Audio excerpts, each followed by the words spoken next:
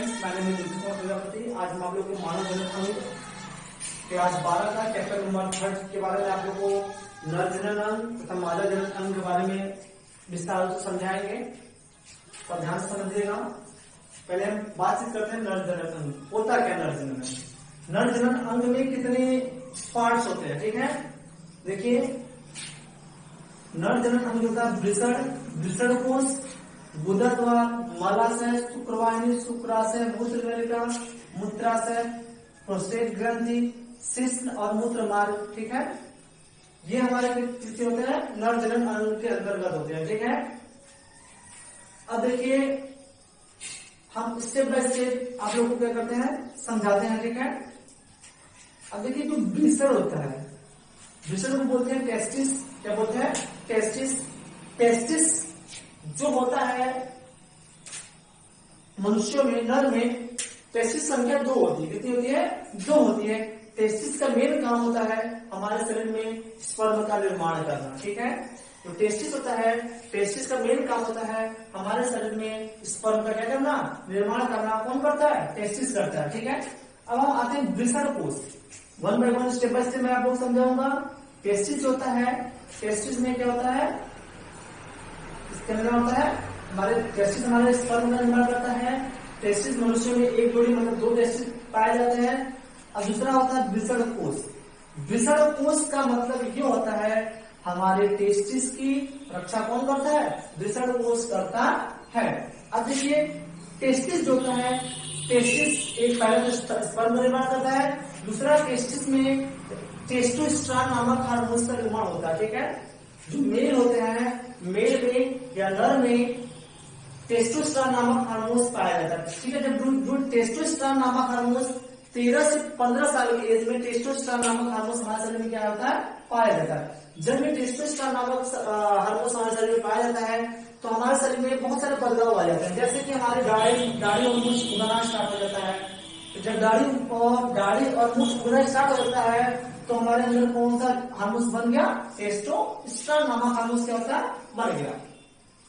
अब आगे चलते हैं गुदाद्वार, आपको पता है। मलाशय भी आपको क्या है? पता है। अब हम आते हैं नेक्स्ट पे शुक्राणु, शुक्रवाहिनी। शुक्रवाहिनी जो होता है, शुक्रवाहिनी का मेन जो काम होता है हमारे वृषण से बने हुए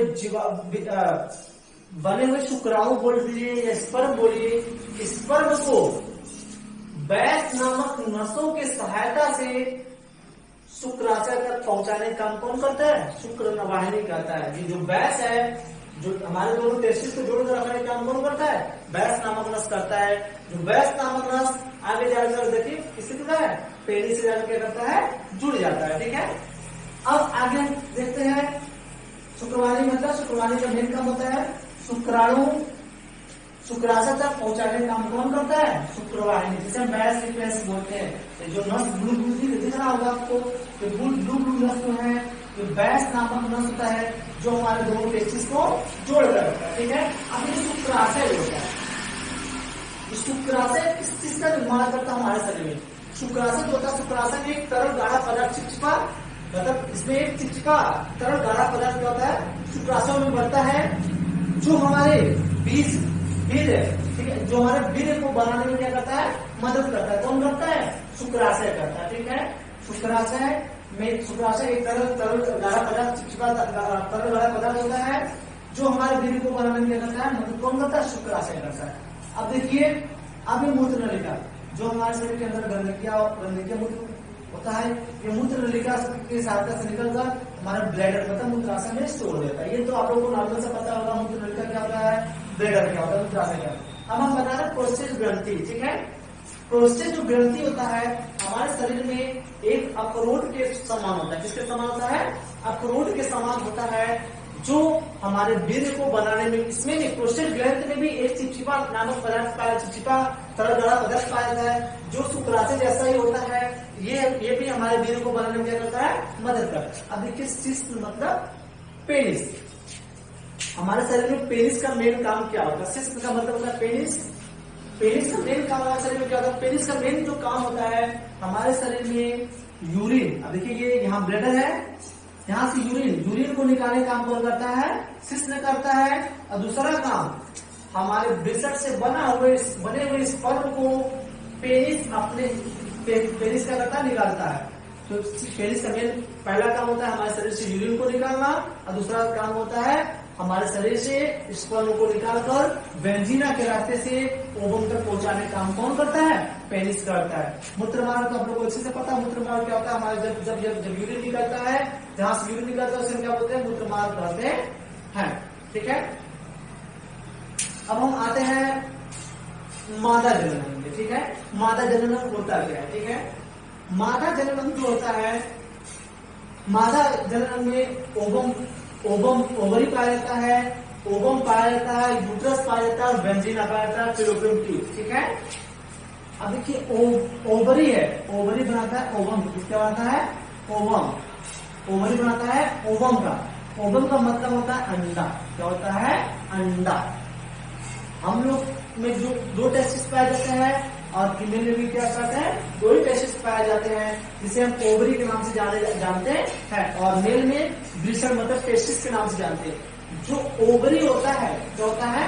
ओवरी होता है। ओवरी में हम लोग का जो टेस्टिस होता है, मेल का नर जनन अंग का जो टेस्टिस होता है, वो दोनों एक साथ काम करता है, लेकिन जो फीमेल का टेस्टिस होता है एक साथ वर्क कभी करता नहीं है। ठीक है, इस मंथली में इधर किया तो दूसरे मंथली में इधर काम करेगा। ये हमारा जो मादा जनन अंग का ओवरी होता है, जिसे हम टेस्टिस भी कह सकते हैं, वह एक साथ वर्क करता नहीं है। इस मंथली में इधर काम किया तो दूसरे मंथ में उधर काम किया। ठीक है, ये कब आता होता है? जब इंसान को मासिक धर्म आता है, जिसे हम बोलते हैं पीरियड।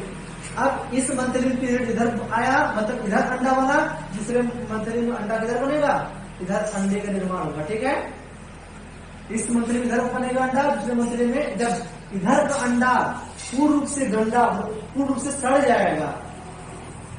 जो मासिक धर्म होता है कितने 24 डे का होता है।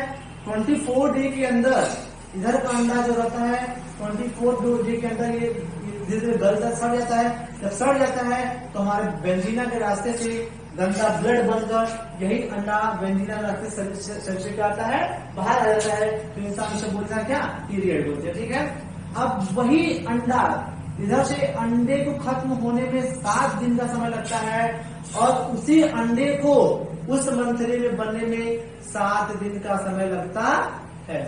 ठीक है, हमारा टेस्टिस निर्माण किया स्पर्म का, और स्पर्म मतलब स्पर्म का निर्माण किया, और जो फीमेल का टेस्टिस होता है, ओवरी होता है, वो अंडे का निर्माण करता है। ठीक है, अब देखिए हमारे टेस्टिस के नस को वैस नामक नस जोड़ता है, और जो फीमेल का दोनों टेस्टिस होता है उसे फलोपियन ट्यूब नामक नसों से जोड़ा जाता है। ठीक है, अब देखिए जो पेनिस होता है, हमारे शरीर में पेनिस का भी 2 ही काम होता है, और फीमेल में बेंजीना जो होता है, बेंजीना का 2 ही काम होता है। ठीक है, पहला काम हमारे मादा जनन अंग से जनन अंग के यूरिन को शरीर से बाहर निकालने का। दूसरा काम पेनिस से निकले हुए स्पर्म को ओवम तक पहुंचाने का काम कौन करता है? ये हमारा बेंजीना करता है। ठीक है, अब बेंजीना का दूसरा काम कुछ नहीं होता है। पहला काम यूरिन को बाहर निकाला, दूसरा पेनिस से निकले हुए स्पर्म को बेंजीना के रास्ते से ओवम तक पहुंचाने का काम कौन करता है? तो ये बेंजीना करता है। ठीक है, यूट्रस का मतलब होता है बच्चे दानी। ठीक है, पहले तो अंडा बनेगा, अंडा जब बन जाता है तो अंडा यहाँ से ढड़कते हुए कहा जाता है यूट्रस में। यूट्रस में जाकर एक बच्चे का निर्माण करता है। अब देखिए थोड़ा सा इसे ध्यान थोड़ा सा इधर देखिएगा, जो हमारा टेस्टिस था, टेस्टोस्टेरोन नामक हार्मोन का निर्माण किया।